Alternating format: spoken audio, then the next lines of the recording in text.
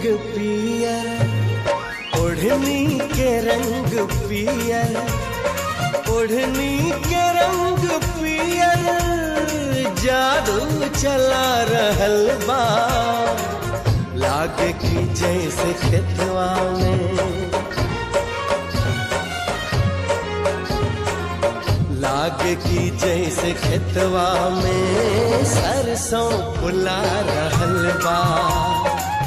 लागे कि जैसे खेतवा में सरसों फुला रहल बा।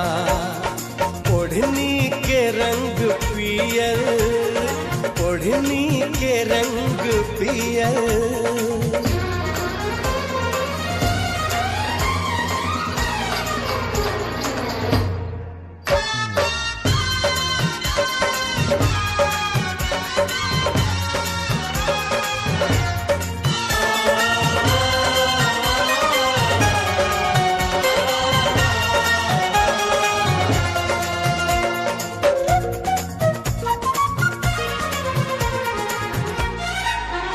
मारे हवा के झोंका, लहरे लखलल के सिया, खुद फूल बन गइल बा।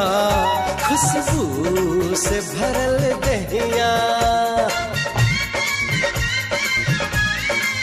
हमारे हवा के झोंका, लहरे लखलल के सिया, खुद फूल बन गइल बा।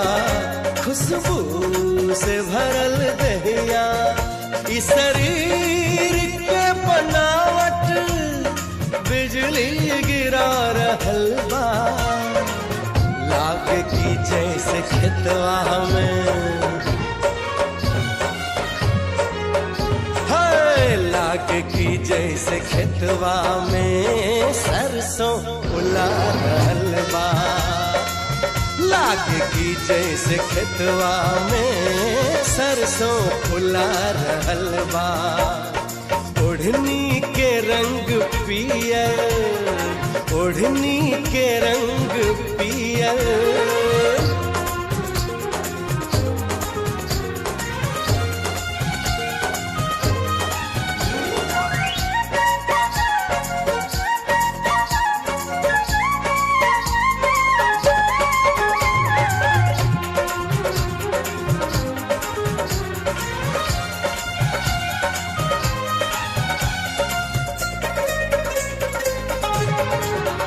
पौआ के तोहरी पायल जब छन से छनक जाता, लागे कि कौनो भंवरा बगिया में गुनगुनाता। हो पौआ के तोहरी पायल जब छन से छनक जाता, लागे कि कौनो भंवरा बगिया में गुनगुनाता। मुस्कान तोहरे दिल के धड़कन बढ़ा रहल बा।